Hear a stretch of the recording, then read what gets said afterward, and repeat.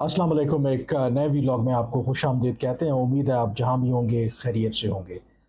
Supreme court ने ये India दिया है जो 7 रुकनी बेंच चीफ जस्टिस की सरबराही में इस वक्त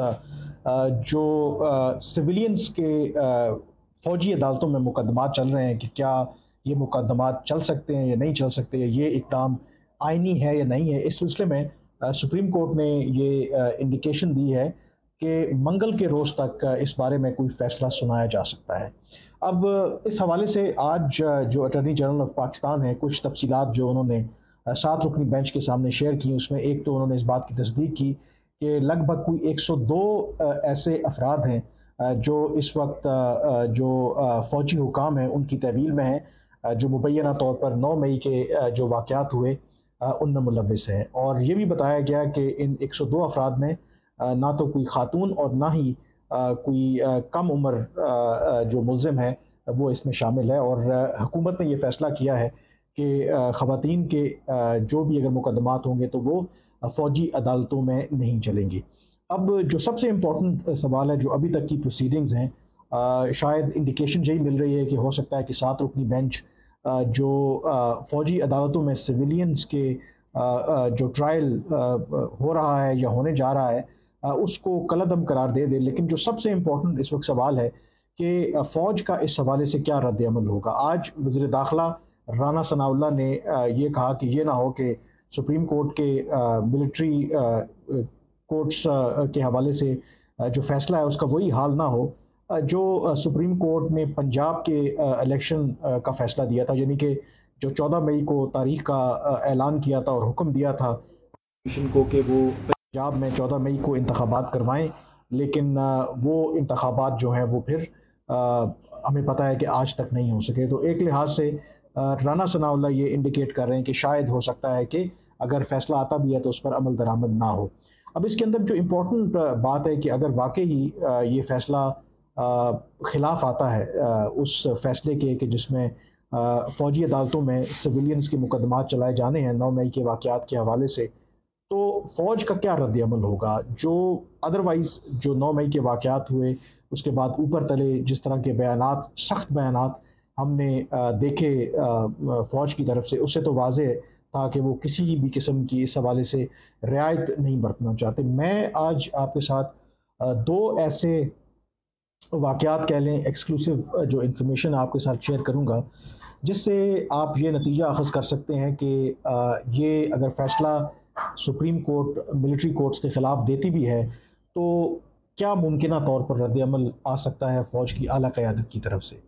जब 9 मई के वाक़यात हुए, ख़ास करके लाहौर में जो कोर कमांडर की रेज़िडेंस पर धावा बोला गया, फिर उसको जला दिया गया और फिर GHQ में भी जो हमने देखा जो पुरतशद्दुद मुज़ाहरे हुए,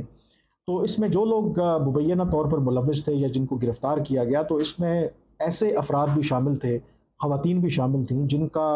फ़ौजी घरानों से ताल्लुक़ था। मसलन एक जो बहुत नोन फ़िगर फ़ैशन डिज़ाइनर हैं खतीजा शाह, जो नवासी हैं, जो पाकिस्तान के आर्मी चीफ़ रहे हैं आसिफ नवाज़ जंजुआ। वो बहुत इन्फ्लुएंशियल फ़ैमिली से हैं। उसके साथ जो उनके वालिद हैं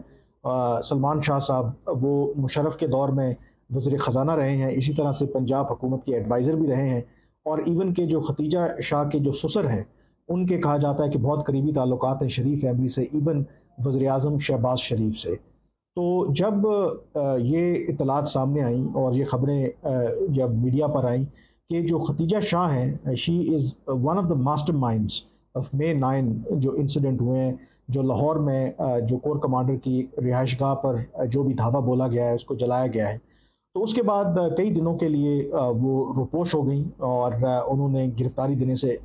इनकार किया। हालाँकि उनके घर पर छापे भी मारे गए, उनके शौहर को और उनके जो वालिद हैं उनको भी उठाया गया इस उम्मीद पर कि जो खतीजा शाह हैं वो अपनी गिरफ़्तारी जो है वो खुद दे देंगी। जब वो गिरफ़्तारी से कतरा रही थी, गिरफ़्तारी नहीं दे रही थी, तो इस दौरान काफ़ी सिफ़ारिशें करवाई गईं कि किसी तरीके से उनको गिरफ़्तार ना किया जाए। और इवन के जो खतीजा शाह के जो ससुर हैं उन्होंने भी प्राइम मिनिस्टर से बात की, लेकिन जो फ़ौजी क़यादत है वो इस सिलसिले में नहीं मानी।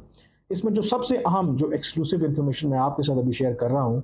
कि जो खतीजा शाह की फैमिली है, ऑब्वियसली मैंने कहा कि फ़ौजी ख़ानदान से उनका ताल्लुक़ है। उनके नाना जो हैं वो chief of the army staff रहे पाकिस्तान के,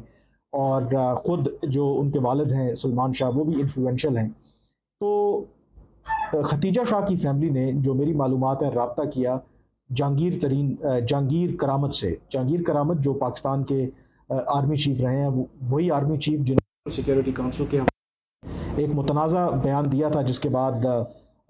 दो के कहा जाता है कि उन्होंने इस्तीफ़ा दे दिया था, लेकिन कहा यही जाता है कि उस वक्त नवाज शरीफ ने नाराज़गी का इजहार करते हुए उनको उनके ओहदे से हटा दिया था। आजकल वो अमेरिका में हैं। तो खतीजा शाह की फैमिली ने रब्ता किया जनरल जहांगीर करामत से कि वो इस हवाले से जो आर्मी चीफ है जनरल आसिम मुनीर, उनसे बात करें और खतीजा शाह की गिरफ्तारी को रुकवाएं। जो मेरी मालूमात है कि जनरल जहांगीर करामत ने फ़ोन किया आसिम मुनीर को और उनसे ये कहा कि देखें, इससे पहले पाकिस्तान की तारीख़ में कभी भी जो कोई आर्मी चीफ का ख़ानदान हो या उसका कोई रुकन हो, इस तरीके से उनको हरास नहीं किया गया किसी भी जो सिक्योरिटी इदारों की तरफ से। तो उन्होंने रिक्वेस्ट की कि आप जो है वो खतीजा शाह के लिए कोई वे आउट निकालें और उनको गिरफ़्तार ना करें। तो जवाब क्या दिया जनरल आसिम मुनीर ने, और ये भी हैरानकुन बात है कि जनरल जहांगीर करामत जो हैं ऑब्वियसली उनके बहुत सीनियर थे, क्योंकि जब जहांगीर करामत आर्मी चीफ थे तो आई एम श्योर के जो जनरल आसिम मुनीर थे गालिबन मेजर या कर्नल के रैंक पर उस वक्त पाकिस्तान आर्मी के अंदर होंगे। लेकिन जनरल आसिम मुनीर ने, ज़राए का कहना है कि दो टोक अल्फाज में जनरल जहांगीर करामत को ये कहा कि 9 मई के वाक़यात में जो लोग भी मुलव्विस हैं, खा उनका ताल्लुक़ किसी फ़ौजी ख़ानदान से ही क्यों ना हो, खा किसी साबिक आर्मी चीफ के ख़ानदान से क्यों ना हो, इस हवाले से वो कोई रियायत नहीं बरतेंगे, सिर्फ इसलिए कि कोई फ़र्द जो है उसका ताल्लुक़ फ़ौजी घराने से है या उसका जो आर्मी चीफ उसके जो रिलेटिव या कोई जो ग्रैंडफादर रहे हैं, तो इसलिए उनको छोड़ दिया जाए। तो उन्होंने साफ साफ इनकार कर दिया कि वो इस हवाले से उनकी कोई मदद नहीं कर सकते। और जो ज़राए का कहना है कि वो जो टेलीफोनिक कॉन्वर्सेशन है वो सिर्फ 1.5 मिनट तक ही महदूद रही और it ended not on a pleasant note. तो ये एक वाक़या जिससे रिफ्लेक्ट क्या होता है कि इस वक्त जो जनरल आसिम मुनीर हैं वो 9 मई के वाक़यात को लेकर के कितनी उनकी एक सख्त लाइन है, और इवन के अपने जो साबका बॉस हैं, इवन के जो जनरल जहांगीर करामत हैं जो आर्मी चीफ रहे हैं, उनकी बात भी और उनकी सिफारिश को भी मानने से उन्होंने इनकार कर दिया। इसी तरीके का एक और जो इंसिडेंट है, ये कहा जा रहा है कि जनरल मुशर्रफ के टाइम पर एक और 4 स्टार जनरल थे, vice chief of army staff थे, जनरल यूसुफ खान। उनके भी एक अजीज़ जो हैं मुबैना तौर पर 9 मई के वाक़यात में मुलव्विस होने की वजह से ज़ेर हिरासत हैं। तो जनरल जो यूसुफ हैं, जो मालूमात हैं मेरे पास, उन्होंने भी GHQ से रब्ता किया, सिफारिश करने की कोशिश की कि इनको छोड़ दिया जाए या इनके ख़िलाफ़ सख्ती ना की जाए या रिहा कर दिया जाए। तो GHQ से उनको भी कोई मस्बत जवाब नहीं आया। और इन दो वाक़यात के बाद जो रिटायर्ड फ़ौज के सर्कल्स हैं, उसमें एक तो काफ़ी बेचैनी पाई जाती है, क्योंकि इससे पहले उनका ये कहना है कि कभी ऐसा नहीं हुआ, जो भी हालात रहे, कम अज़ कम जो भी आर्मी चीफ रहा हो, वो जो रिटायर्ड फ़ौजी अफसरान हैं उनके कंसर्न्स को ना सिर्फ जो आर्मी चीफ है वो सुनता था, बल्कि उनको एड्रेस करने की भी कोशिश करता था। लेकिन ये एक कंसिडर्ड व्यू पाया जाता है कि as far as general Asim Munir is concerned, he is a different man. और इस हवाले से वो जो 9 मई के वाक़यात हैं उसमें जो लोग भी मुलव्विस हैं, बेशक उनका लिंक जो है किसी फ़ौजी घराने से है, वो इस तरह की कोई भी सिफारिश मानने के लिए तैयार नहीं है। अब ये जो दो इंसिडेंट हैं, मैंने आपको इससे क्यों आगाह किया, उसकी रीज़न ये है कि ये रिफ्लेक्ट करता है कि कितना जो स्ट्रॉन्ग सेंटिमेंट है जनरल आसिम मुनीर का रिगार्डिंग 9 मई के वाक़यात को लेकर के, और तासुर यही है कि वो किसी भी तरह की जो रियायत है जो लोग इसमें मुलव्विस हैं उनको देने के लिए तैयार नहीं है। तो इस एक्सपीरियंस को सामने रखते हुए कि जब वो जनरल जहांगीर करामत जैसे जो साबका आर्मी चीफ हैं उनकी बात नहीं सुन रहे, तो एक तासुर ये पाया जाता है कि अगर सुप्रीम कोर्ट जो भी फैसला करती है तो ये इंटरेस्टिंग होगा देखना कि फ़ौज का उस हवाले से क्या रद्द अमल होता है। क्योंकि जो अभी तक का रिएक्शन है जनरल आसिम मुनीर का, कि जब वो अपने फ़ौजी अफसरान की बात तक नहीं सुन रहे। तो जो सुप्रीम कोर्ट अगर इस हवाले से जो भी लोग इस वक्त फ़ौज के हुकाम के पास हैं, जो 9 मई के वाक़यात मुबैना तौर पर मुलविस हैं, और अगर जो सुप्रीम कोर्ट है उनके ट्रायल को फ़ौजी अदालतों में कलअदम करार देती है, तो ये देखने वाली बात होगी कि फिर उसका क्या रद्द-ए-अमल आता है फ़ौज की तरफ से। लेकिन ये बात आई थिंक तय है कि ये इतना आसान नहीं होगा। फ़ौज डेफ़िनेटली रिएक्शन देगी, जो भी लीगल उसकी लड़ाई है या जो भी उसके प्रोसेसेस हैं, बट ईज़िली इस चीज़ को वो गिव अप नहीं करेंगे। और जो 2 मैंने आपको इंसिडेंट सुनाए, और उसके बाद जो जितने रिटायर्ड जो फ़ौजी अफसरान हैं, जो हल्के हैं, उनमें यही तासुर पाया जाता है कि जनरल आसिम मुनीर इस हवाले से उनकी लगता है कि ज़ीरो टॉलरेंस है। और एक वजह वो ये भी बताते हैं कि फ़ौज की ख़ास करके जो रिटायर्ड फैमिलीज़ हैं, उसमें इमरान खान की एक सपोर्ट बेस बहुत ज़्यादा थी। तो शायद ये भी उनको वाज़े तौर पर पैगाम दिया गया है कि इस तरह का जो रवैया है वो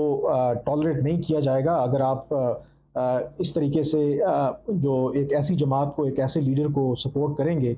जिसकी पॉलिसीज़ डिवाइसिव हैं, जो फ़ौज को तनकीद का निशाना बना रही है, जो फ़ौज की क़यादत को आड़े हाथों ले रही है, अगर आप उसको सपोर्ट करेंगे और फिर अगर आप 9 मई की जैसे वाक़यात में मुलविस होंगे और फिर आप तवक्को करेंगे कि क्योंकि आपका ताल्लुक़ किसी फ़ौजी घराने से है तो आपको छोड़ दिया जाएगा, तो ये फिर आपकी शायद गलतफ़हमी है। आज के वीलॉग से इतना ही, मुझे इजाज़त दीजिए। अल्लाह हाफ़िज़।